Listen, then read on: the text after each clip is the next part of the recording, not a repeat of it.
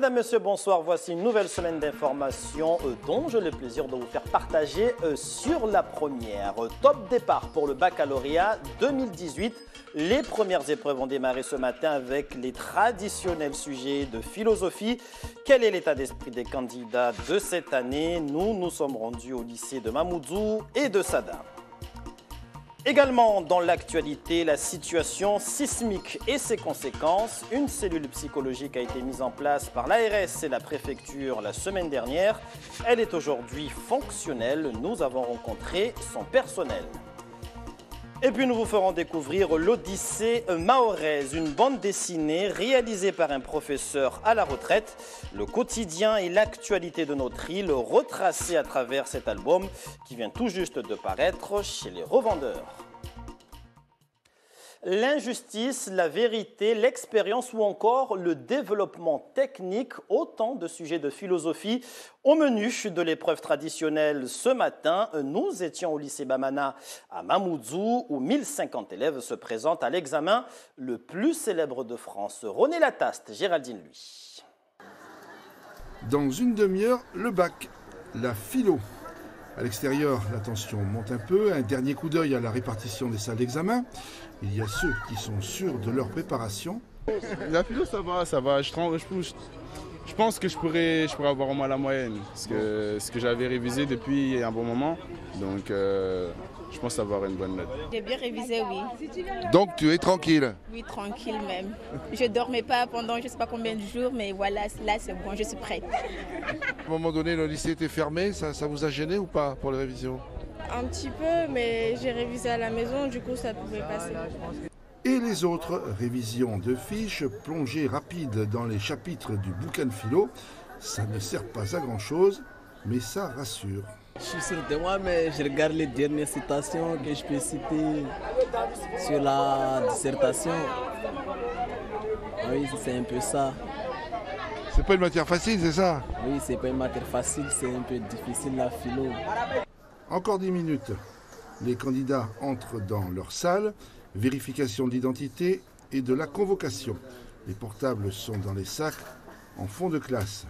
Et dernière recommandation du proviseur. Les sujets de philosophie, les sujets de mathématiques, les sujets d'histoire-géographie, les sujets de français seront écrits sur ce type de feuilles qui seront numérisées. 3 ou 4 heures plus tard, sortie de l'épreuve de philo. Des sujets habituels sur la liberté, la vérité, l'art ou la démocratie. Je n'ai pas dit que c'était facile, mais pour moi ça s'est bien passé, j'espère en fait. J'espère que, et pour les autres aussi, ça s'est bien passé. C'était bien, tranquille, on s'est concentré comme on a pu. On a fait de notre mieux, donc voilà. Soulagé? Un peu, parce que c'est pas encore fini. C'est vrai, une année très très compliquée entre les conflits sociaux, les grèves à répétition et les séismes. Bon, une année qui se termine et on a vraiment envie d'en découdre et que le bac se passe le mieux possible. Une augmentation de l'effectif puisque nous avions 3700 candidats l'année dernière, nous en avons 4500 cette année.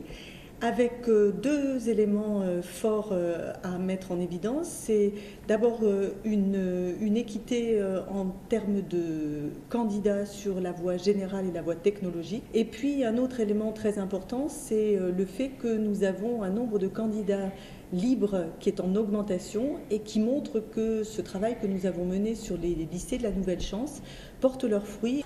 Les dés sont désormais jetés, au moins pour la philo. Suite des épreuves cette semaine, résultat le 2 juillet et le 7 pour le rattrapage. Et pour passer ces épreuves du baccalauréat dans les meilleures conditions possibles, quoi de mieux que de se présenter aux examens le ventre bien rempli? Et c'est justement l'objectif de l'association des parents d'élèves du lycée de Sada. Cette dernière offre un petit déjeuner aux candidats avant le début des épreuves. Reportage Yasmine Jaffar de retour et Daniel Abdou. Éclat de rire, visage lumineux, ces élèves du lycée de Sada vont débuter leurs épreuves de baccalauréat. Et selon toute vraisemblance, avec zéro stress. Un moment de détente rendu possible par l'association des parents d'élèves. Ce petit déjeuner est offert à l'ensemble des élèves de terminale et de première, car bien souvent, certains quittent leur domicile à 4 h du matin, le ventre vide. Personnellement, je trouve que c'est une bonne initiative parce qu'avec ça nous réveille un peu le matin et ça nous permet de nous motiver encore plus pour la fin de journée. Un tout petit peu, après c'est un moment de partage avec les amis, donc ça reste toujours un moment de convivialité. Ça me permet aussi de pouvoir me dire que après, quand je vais rentrer dans la salle, de ne pas être stressée, de me sentir bien. Puis voilà. Du pain, du fromage, du lait, des pommes, de quoi booster ses futurs bacheliers. Mais attention, si les parents mettent en place ce moment convivial, ils espèrent en retour que leurs efforts finiront par payer. Quand il n'a pas faim, même s'il est stressé, mais il y a ce stress en moins. Donc c'est un confort.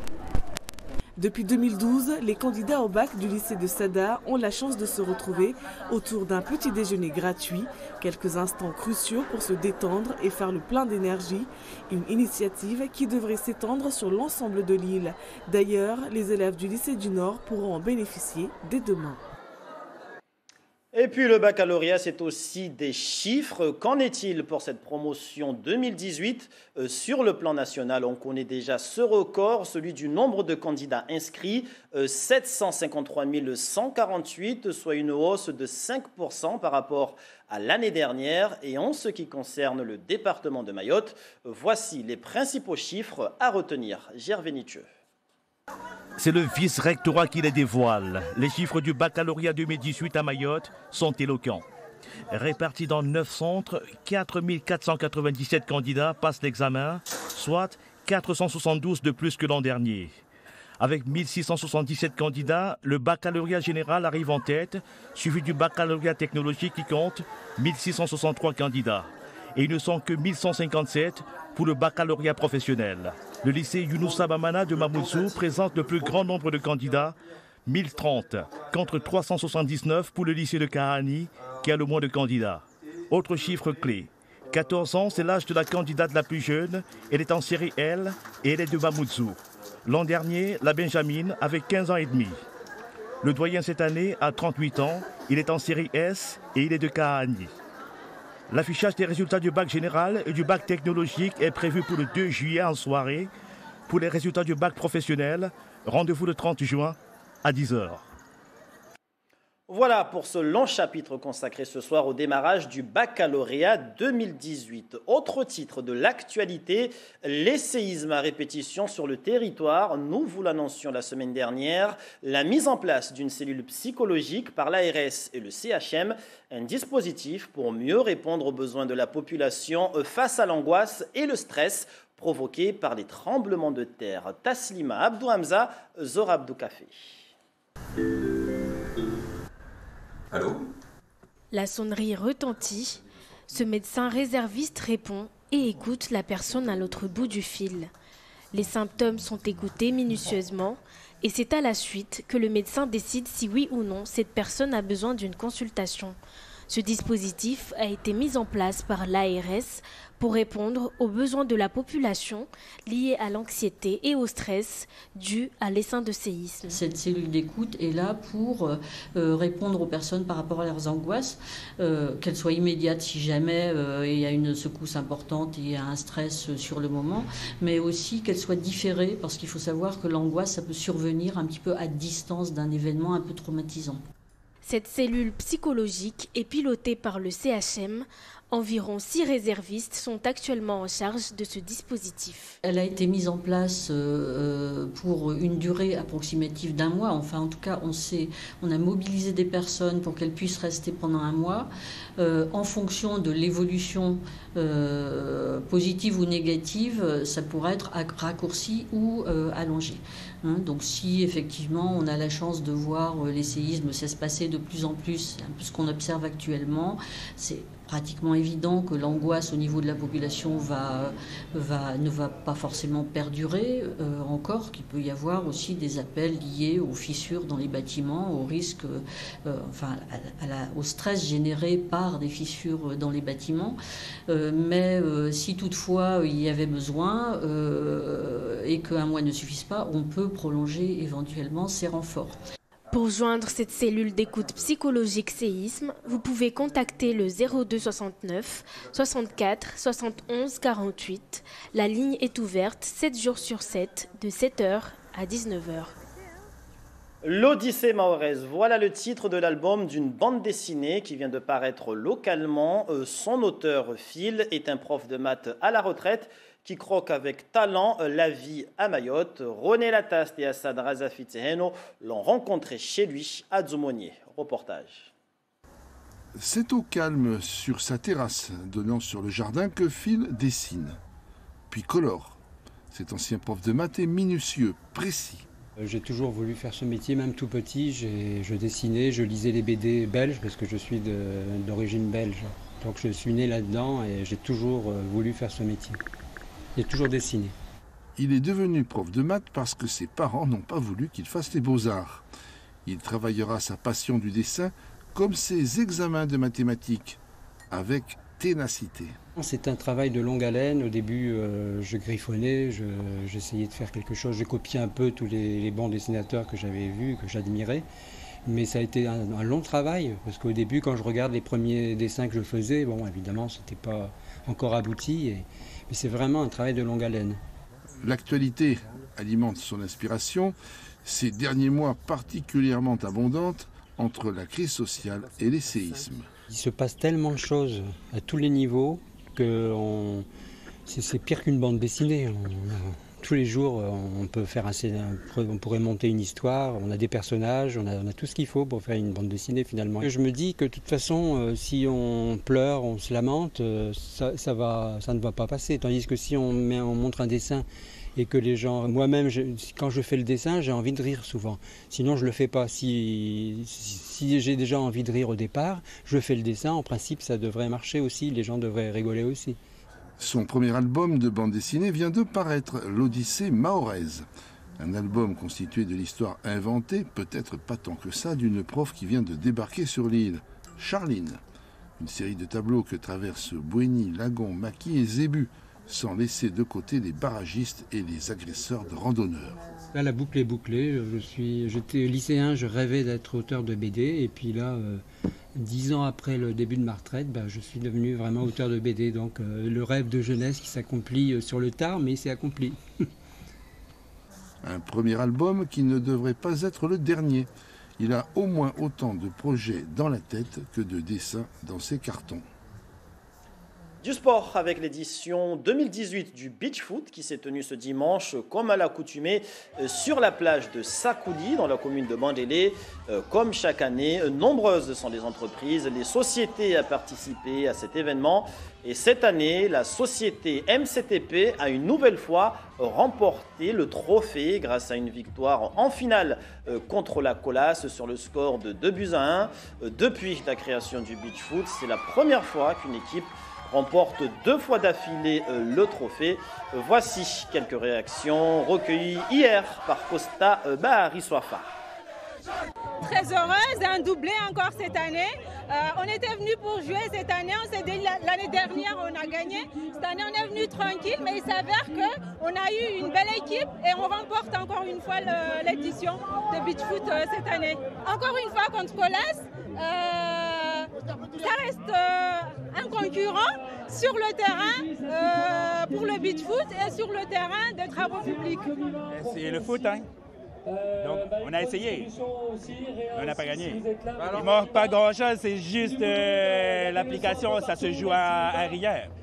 Donc en finale comme ça se joue à... Faut pas que tu en casses des buts, toi. Tu ne peux pas revenir. Merci à la société Et pour parler de cette édition 2018 du Beach Foot, nous avons invité le directeur de l'agence Angalia, organisatrice de l'événement, Laurent Mounier. Bonsoir. Bonsoir. Alors, question classique, comment s'est déroulée cette édition? Ça s'est bien déroulé, ça s'est bien passé. On a eu 42 entreprises. Là, on a fait un focus sur 2 sociétés qui ont été en finale. Mais c'est vrai qu'il y en a 40 autres qui ont joué aussi tout au long de la journée. Le beach foot, c'est un formidable moment de partage et d'échange avec les collaborateurs. On vient d'abord passer un volley, on vient rencontrer ses collègues de travail en dehors de l'entreprise. Et puis, on vient connaître aussi la famille, les enfants, et on vient jouer. Il y a beaucoup d'entreprises qui reviennent chaque année. Ils viennent découvrir ce moment justement de partage et d'échange. Et c'est vrai que cette année, on avait fait un effort particulier sur le stationnement. On avait mis en place 2 parkings, un à l'entrée de Bandrélé et un à Moureaux. Ça a bien fonctionné. On avait mis des navettes gratuites, ce qui fait que ça a considérablement fluidifié la circulation. Donc, aucun problème cette année. Le beach foot de cette année a répondu à vos attentes? Complètement. On a eu encore beaucoup de demandes puisqu'on a refusé une dizaine d'équipes. C'est un petit peu dommage. Cette année, on a accepté 42 entreprises. Ça fait 4 entreprises nouvelles. On avait mis 9 terrains. C'est le maximum qu'on ait pu faire cette année. Mais c'est vrai qu'on a toujours autant de sollicitations pour cet événement qui, en fait, est un événement au-delà du sport, vraiment un moment où on peut se retrouver, un moment de cohésion d'équipe et un moment de partage et un moment où on peut défendre les couleurs de son entreprise. D'ailleurs, beaucoup, justement, vantent ces mérites de partage, de convivialité, de fête, de rassemblement. Et d'ailleurs, il y a une question qui revient de temps en temps. Est-ce que ce serait possible d'organiser cet événement plus qu'une fois par an? Alors, on nous le demande, effectivement, mais c'est vrai que c'est une grosse logistique. C'est une logistique qui est très importante. Au niveau de l'équipe, on est une petite agence et c'est vrai que ça mobilise toute l'agence. Ça mobilise aussi des arbitres comme l'UNAF, la Croix-Rouge. Donc, il y a une cinquantaine de personnes qui travaillent autour de l'événement. Donc, c'est vrai qu'une fois par an, c'est déjà bien. Alors, sur le plan sportif, on a vu que MCTP, pour la première fois, et la première équipe a remporté 2 fois d'affilée ce trophée. Donc, c'est possible. C'est le Real de Madrid, de Mayotte, puisqu'effectivement, ils ont remporté 2 fois d'affilée. Félicitations à eux, parce que ce n'était pas gagné. Ils étaient venus un petit peu cette année, un peu, je dirais, en touriste, entre guillemets. Mais ils sont arrivés jusqu'en finale. Ils ont battu la Colas, qui en 3 ans a fait 3 finales, 1 fois gagné et 2 fois perdu. MCTP a des qualités de... Ils lâchent rien. Et puis, ils ont un formidable joueur qui s'appelle Pelé, qui est vraiment très bon. Après, je voudrais aussi les nouvelles équipes comme Electrodistribution, la Star, qui était leur première participation, qui ont vraiment très bien joué, qui ont bien défendu les couleurs et qui sont aussi dans l'état d'esprit du beach foot. Il y a beaucoup d'entreprises qui viennent pour participer, mais qui ne viennent pas forcément gagner, qui viennent plus pour échanger et passer un bon moment. On a un DJ qui est là, on a la fête, il y a les voulées, il y a la famille, il y a les enfants, il y a la mère. Donc c'est vrai que c'est un tout, le beach foot. Alors, votre agence Angalia n'organise pas que le beach foot à Mayotte, elle organise également la course des pneus qui arrive à grands pas. Alors la course de pneus, effectivement, arrive en grands pas, c'est dans 15 jours. Donc on est en plein dans les inscriptions. Donc pour les enfants, les inscriptions, c'est au niveau des écoles. Il faut qu'ils se rapprochent au niveau des écoles. Et pour les adultes, il faut absolument remplir ce bulletin d'inscription. Donc ce bulletin d'inscription, ce sont des équipes de 5 personnes. Avec ce bulletin d'inscription, on les met dans l'urne. Et il y aura un tirage au sort ce vendredi dans Mayotte la Première, dans l'émission de Bouche. Et les 80 équipes seront tirées au sort pour participer à la course de pneus qui aura lieu le 30 juin. Laurent Mounier, merci d'avoir accepté de répondre à notre invitation. Merci à vous. Et puis sachez que votre équipe Mayotte la Première a remporté le trophée de la meilleure défense avec seulement 2 buts encaissés et une 3e place de poule. Fin de ce journal. Avant de nous quitter, je vous rappelle que c'est aujourd'hui qu'a démarré le bac 2018, un examen qui a commencé ce matin avec la traditionnelle épreuve de philosophie. Cette année, 4497 candidats passent l'examen. Les résultats du bac général et du bac technologique sont prévus pour le 2 juillet en soirée. Et pour le bac professionnel, rendez-vous le 30 juin prochain. Merci pour votre fidélité. À suivre dans un instant le journal Maoré présenté par Daniel Abdou, suivi à 20h du magazine sportif Mayotte Sporting Club. Et puis à partir de 20h50, vous pourrez suivre en direct la rencontre Angleterre-Tunisie, comptant pour le groupe G. Belle soirée sportive sur la Première et à demain 13h pour le journal de la mi-journée.